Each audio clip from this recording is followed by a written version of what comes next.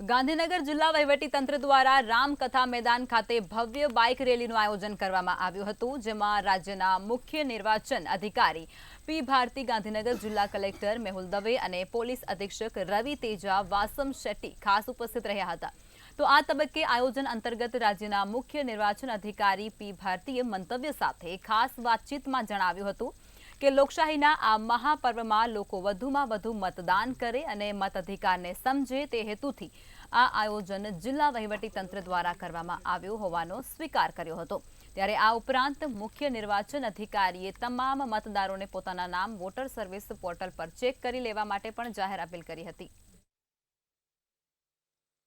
तो मे 7 रोज तमाम लोग खूब उत्साह वोटिंग करे અને લાસ્ટ ટાઈમ કરતા અને ઇન્ડિયાના નેશનલ કરતા પણ અમારા ગુજરાતના વોટર ટર્નઆઉટ बढ़े એ માટે દરેક ડિસ્ટ્રિક્ટમાં આ ટાઈપના રેલીઝ વોકથોન અલગ અલગ કાર્યક્રમ ઉજવાઈ રહે છે। આ ભાગરૂપે આજે ગાંધીનગર ડિસ્ટ્રિક્ટ વહીવટીતંત્ર કલેક્ટર કચેરી જિલ્લા પંચાયત અને ઇવન કલેક્ટર સાહેબ અને જિલ્લાના સુપરિન્ટેન્ડન્ટ એસપી સાહેબ પણ આ બાઇકમાં જોડાયેલ છે। हमारा उद्देश्य है कि मैक्सिमम संख्या में